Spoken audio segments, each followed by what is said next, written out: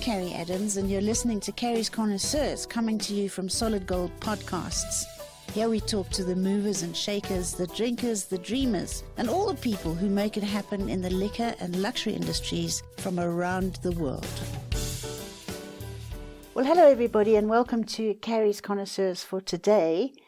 I have got somebody who is close to my heart. Love him, known him for many, many years, and we've walked a long road together in all kinds of journeys. Sam Shilowa, thank you for joining me on Carrie's Connoisseurs. How are you? I'm very well, Carrie, and how are you doing? All good. And I caught Sam in his home province of Limpopo. And the reason that I caught him there is because last week, Shannon and I were very kindly invited to an Epicurean function at the Saxon Hotel, which Sam will tell you more about. And it was a celebration of, Sam, was it 25 years or 20 years? 21 years. How old? 20 years of an Epicurean.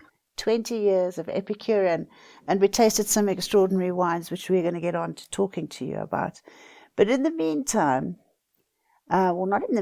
before we do that, I want you to know a little bit about the man, Sam, who I love and adore.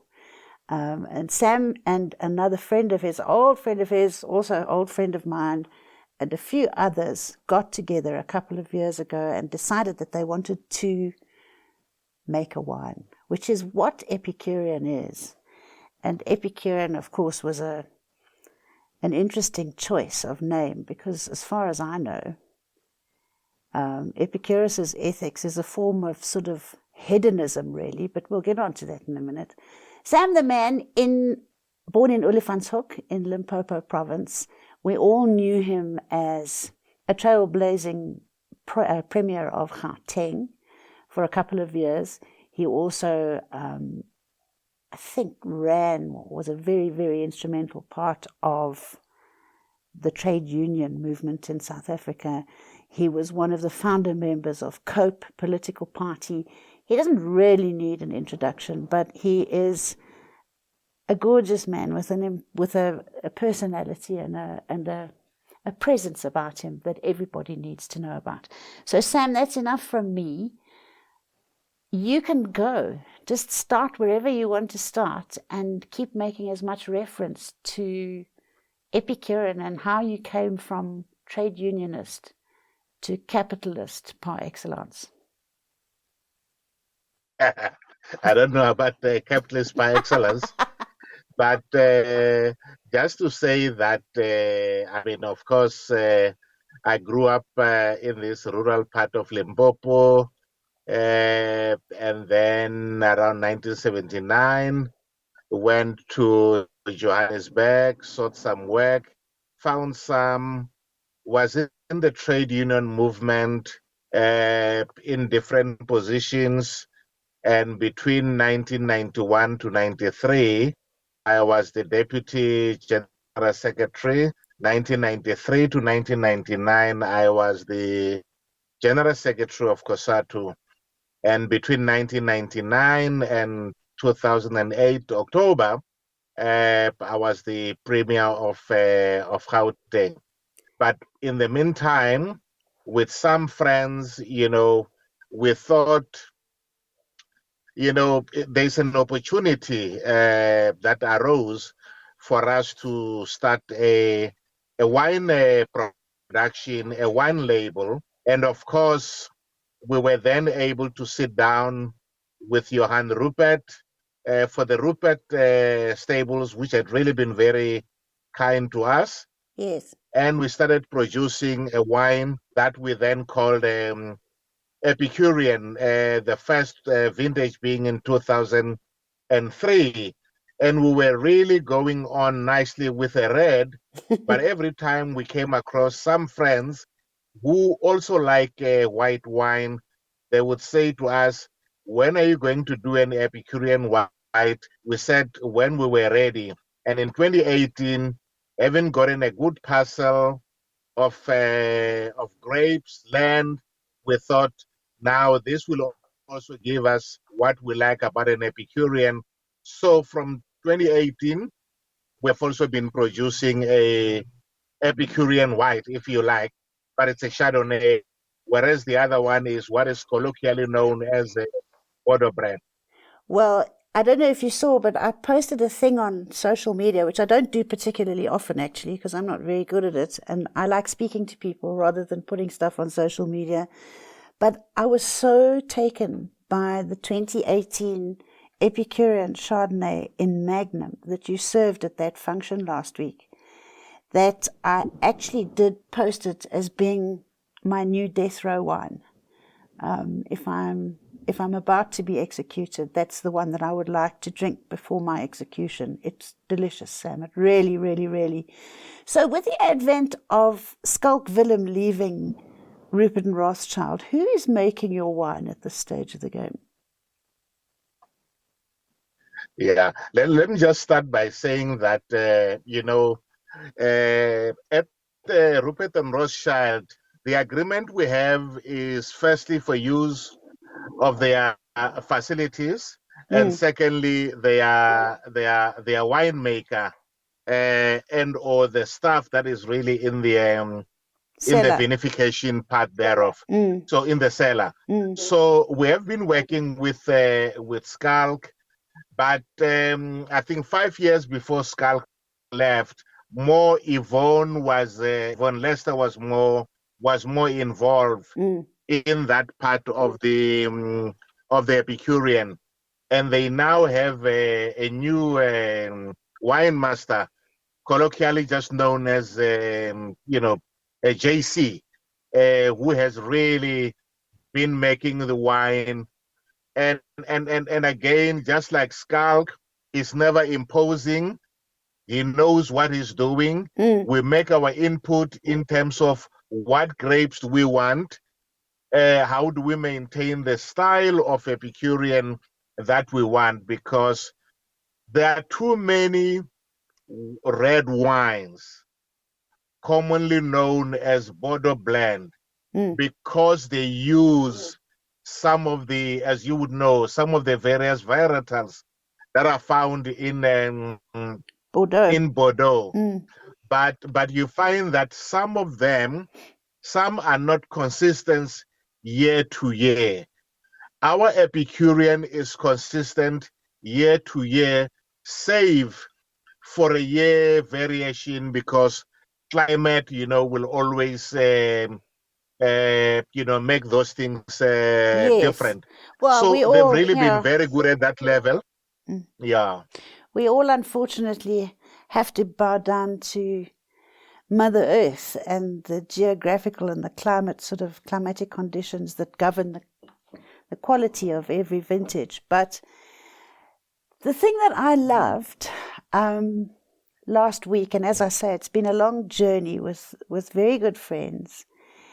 And friends, we've shared lots of wine together. We've drunk lots of wines together, you and me and Mutli and Baba and Wendy and oh my gosh, I keep on forgetting, who was your shareholder who was Ron Galt, and of course Moss. Ron Galt. Yes, and Chalet, so we've had Moss, so Ron. Moss I think Ronald's gone back to America. Or is he still here? No, he's gone back to the US. Has he? And of course, our Mossy Moss spends most of his life playing golf in Florida, doesn't he?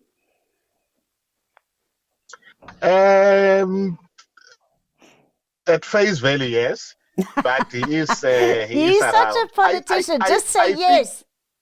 No. I was going to say, that's really the beauty about the Epicurean, that we make time that is needed onto the Epicurean, but really none of us spend all our time at Epicurean. Yes. I mean, almost all of us are always traveling, so I could be in Limpopo. Next week, I would be in Cape Town. The other time, I would be in London for jazz. Moss is around the country now. When we were at the celebration, he was in Cape Town, but in the country. But he would be going to the Ryder Cup as well. Yes, of But course. we all say, let's make time. Firstly, as soon as the harvest have taken place, to be able to come in and say, what is it that we have on the Chardonnay and on the red, on the various varietals? Which ones are really that good that they will be able to give us a base of what we want and therefore decide on the rest of the combination? So that's one. Secondly, later, we'll come in again to be able to say, let's check what we thought it would be at the time of harvest. Is it still the same? How is it going? Most of it will be in the barrels by then. You try and get a sense of, is it getting more balanced, more integrated while in there? And then obviously once it's bottled, it's out of your hands. You Yes, just have to ensure that it's kept properly, yes, which is why incidentally we try and release our Epicurean red 5 to 7 years from the year of of harvest. vintage. I was Yeah, going to speak to of you harvest, about that. because It's very interesting. It's one of the yes, few wines in the country where you can be assured of being able to find older vintages, back vintages. If you, pardon me, if you yes, prefer older wine, it's a good thing. But yes, because that's the because idea, you're all rich and you can afford to sit on your assets and not have to sell them. Not everybody has that not privilege. all, the, the, not all rich, but allowing it to be able to, what is called, wash it face. Yes, Obviously, if we really had to do it ourselves with all the various overheads and so forth, yes, owning a farm and so forth, and not doing it the way that they do in Burgundy and Bordeaux, which is where you have negotiants and all of that. yeah, Then at that point, you worry more about, look, I can't be carrying so much magnums, because if I carry so much magnums, I'm carrying so much stock and assets. But if I yes, were to sell them, this is where I would be. In our situation, we're able to say, Epicureans, and meaning all those who consume the Epicurean wine, must also be able to have a sense that even though I don't have a wine cellar, but Epicurean winemakers will try and cellar it for me, so that yes. by the time I get, even if it's a latest vintage, it is 5 to 7 years later, and therefore I too can enjoy an older wine. Yes, no, it's a wonderful sentiment, and I think it's a legacy that all of you will leave behind you as being one of the few producers who have actually done that.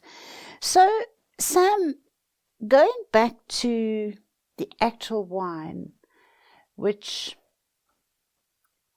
I honestly think has earned its stripes. It has a pedigree. But what you've managed to do that struck me when I was tasting those various vintages that you had for tasting last week is that the wine has somehow encapsulates the character of all of you. And I say all of you, I mean there's this sort of elegance of Baba, Mutli's wife. There's the gentility of Wendy, your wife. There's the playful pedigree of Sam. There's the quiet, understated quality of Mutli himself. It's just got so many layers of the people who are its forefathers. And it's a difficult thing to keep that going. How do you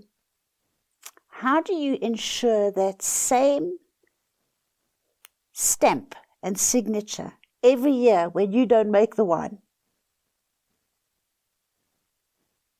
Well, I think it's a very good question. I think first, right at the onset, it's important to decide what kind of wine do you want. You may decide, look, we want what is known as new style wine which is big and bold, one which I really don't mind whether it ages well or doesn't, because most of it will be consumed within the 24 months to 5 years of its release. Or you decide that, look, wine must be about elegance, must be about style, must be about longevity, must be one in which 20 years later, one can go into the library and pull out a 2003 and say, yes, here she is, wrinkled, grayed hair, but, you can tell she was a stunner in her years. In the same way that when you look at your 2014, 2015, you are able to say, damn, this is really looking stunning. So it wants you to invest in that. Secondly, it requires that kind of relationship with the cellar master. And thirdly, in an area in which it's about 3 or 4 partners, it's important that you don't get used to your Epicurean. Yes. Because you can develop what you guys in the trade call cellar palate, in which you don't realize anymore whether you're doing good or bad, because you just think, look, Epicurean is always good. So it's important that you always try and say, okay, how do the guys in Burgundy get it right, that their wines can be aging? And it's primarily because even though there are many grapes we can get, we always try and go back to the same grapes that have given us something good. Yes. So if you look, you'll find that, from right at the beginning, they've always been wine from Annandale, Annandale. They've always been. So you want to try and keep those. So you don't find today say a Merlot. You say this Merlot is great, but next year I'm going to another farm. You try and say what the farm will say is that, look, for as long this is the kind of production that we get, pruned to this perfection, every year we will come back for this one. Yeah, I think it's and that's consistency, really what it is. Isn't it? It's consistency. It's like anything in life. Yes. Consistency really Yeah, does absolutely. breed a superior product in humans as well. Yes. If you're consistent with your children, they turn out to be nice. If you're consistent with everything, it gets to know how it needs to perform. Yeah. So it definitely did perform. Yeah, so that's really more the idea, yes. Sam, we tasted the 2003, which was still honestly tasting as fresh as a daisy, quite frankly, which is unusual in South Africa, where we do produce nice wine, but not many of them stand the test of time. It is standing the test of time. I think again, that comes out of the consistency, but if you consider that 2003 was your first vintage, you obviously gave an instruction in that R&R cellar as to what you wanted, and you've stuck to your guns. Talking about the R&R cellar, tell us a little bit about the beginnings of the story of Epicurean, and let's raise a glass to Mr. Rupert, who really did give you boys a chance to, how brilliant that, the 4 of you got together with a little idea in your head, and you were able to access one of the oldest wine brains in the country, because Johann Rupert's father was obviously very, very instrumental in setting up a wine industry in South Africa. It's a fabulous success story that has also stood the test of time. Tell us about that. Yeah, it's one of those things in which chance, relationship plays a role. We had a chat with Dr. Rupert, Johann's dad, and he said, look, I think we can really look for a partnership around Lomari. But then Antoine passed on, yes, and therefore, that became part of the family estate, but more for Johann's children and for Hanali. yes. So it was out of bounds. Lamotte already belongs to Hanali. Rupert and Rothschild is already in a relationship with the Rothschild, Yes. So it seemed like, look, that was reaching a dead end. But through talking, chatting, yes, Johann saying, you guys talk a lot. You think you can make a great wine? We say, well, of course we can. Why don't you make your facilities available, and then we'll show you what we can do. Yes. And true to his word, he said, that's fine. Talk to Skalk. And we met with Skalk. Skalk says, well, that's fine. I'm here, but I need a brief, which is what we were talking about. Yes. What kind of wine do we want? We said, look, preferably, but you can make a Lafite in South Africa. But it's easy with Lafite because they are the Rothschild that is a partner to the Ruperts. So they have a sense of that kind of wine. Yes, at that time, you remember they were also having a one of the consultants who was also coming from France. Yes. So they were working with them and all of that. So we could say, look, we don't want that kind of wine, but that's a kind of broader style of what we're looking for. We're not crazy about it has always to be this or that side of the bank. We're more crazy about the fact that once we start with a particular style of wine, can we be able to sustain it? And I think for me, having you there, having Len Maseko, Jenny Cruz Williams, people who were there right at the beginning, who were there at the release in 2006, meant that you are able to say, this is what we tried in 2006 as a 2003. Forget about that. But with the 2014, has it been able to carry that style, bearing in mind that the years are not the same? Yes. And I think for me, that has been that. And which is why we say, look, they've really been very good for us. What is also helpful working with the Rothschild farm is that, they always innovating.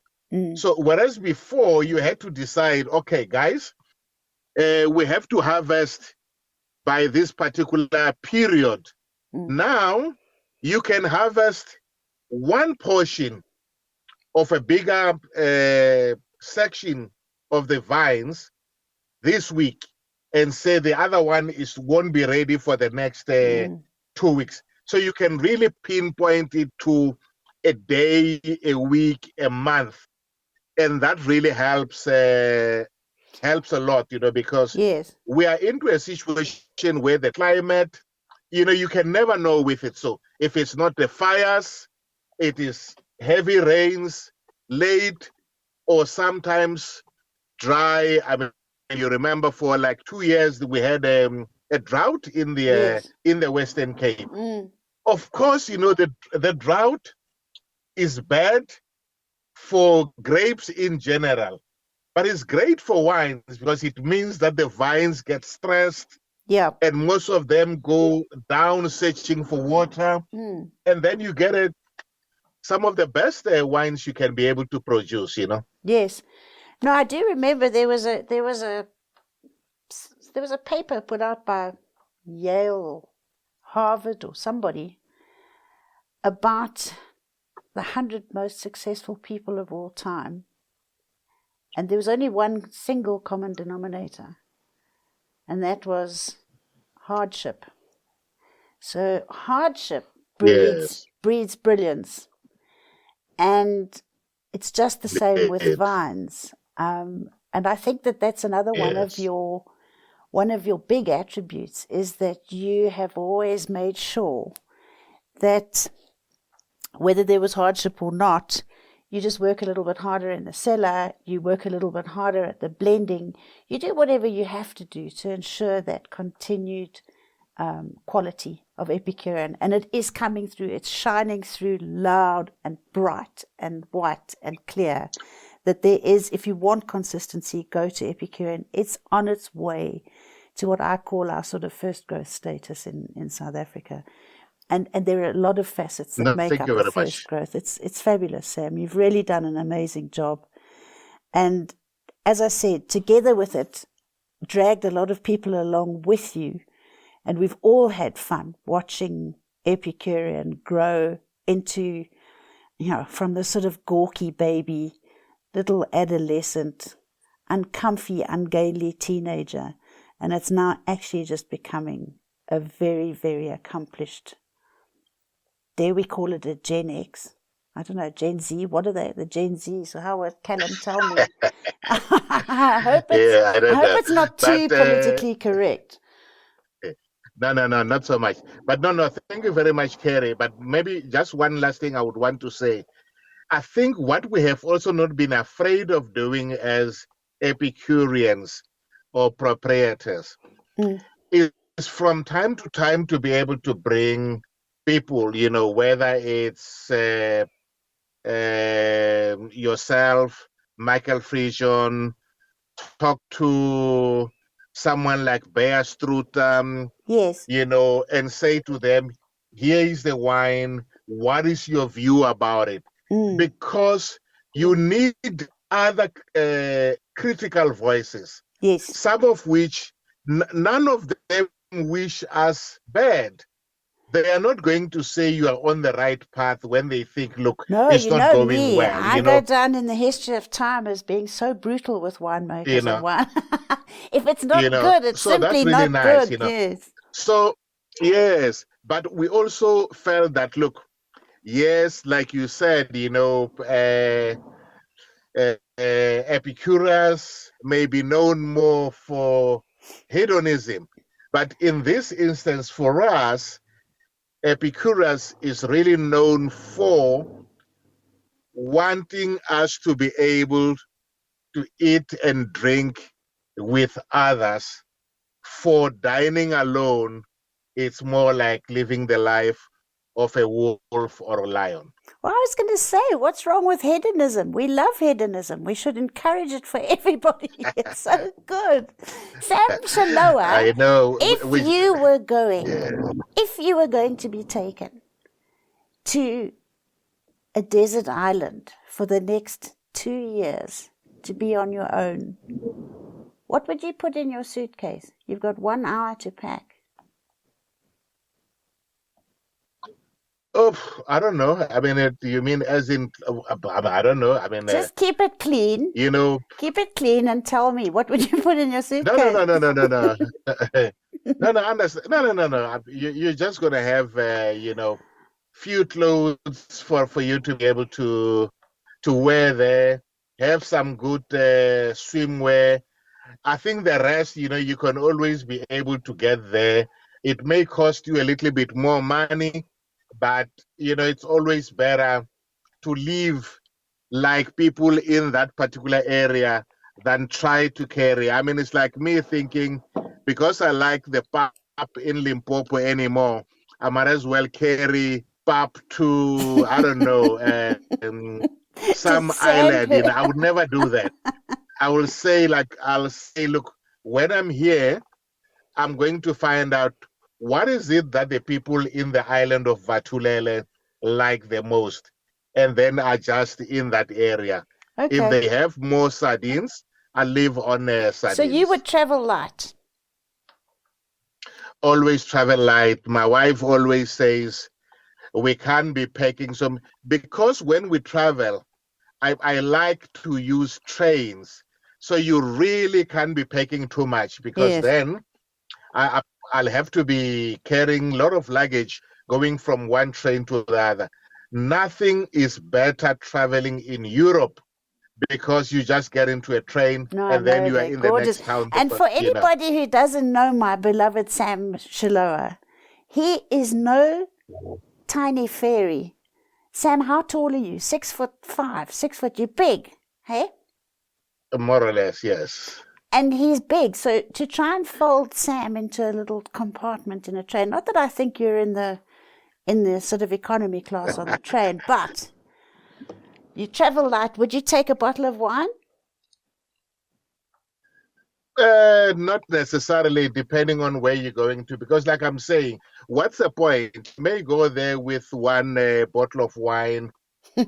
If you're there, like you say, for 2 months, it's not going to last you that much, so... I would take the telephone take number, your time. Sam. You got it wrong. You should have said, I'll take the telephone number of my wine merchant. I'll take Carrie's telephone number so that I can phone her and ask her to send. Sam, it's gorgeous talking to you. We'll always find Sammy.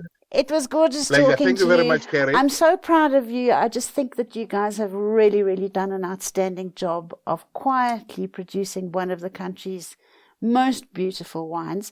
We'll talk some more. We'll taste some more.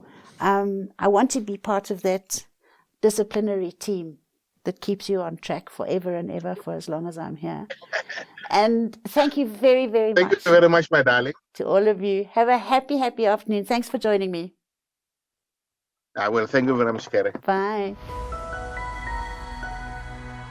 Another production from Solid Gold Podcasts.